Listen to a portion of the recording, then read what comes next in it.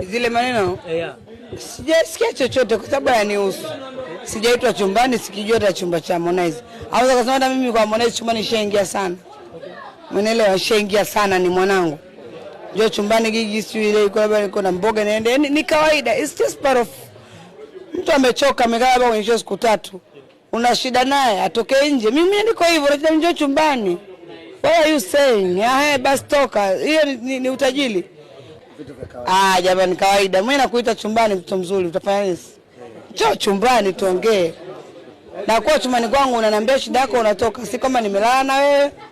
Chumba sio mapenzi, chumba sio ngono. Chumba ni sehemu mtu anapumzika ni kwake. Amekuheshimu umeingia chumbani kwake, hiyo ni heshima.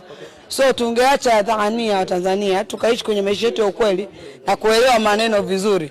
Sidhani tungefikia huko ambako umeniuliza mimi. Okay Gigi, wewe unaamini kupitia lebo za muziki? Lebo ya shule tu siamini, kaamini lebo ya muziki. Sijai kuweka lebo ya shule. Unaniambia muziki.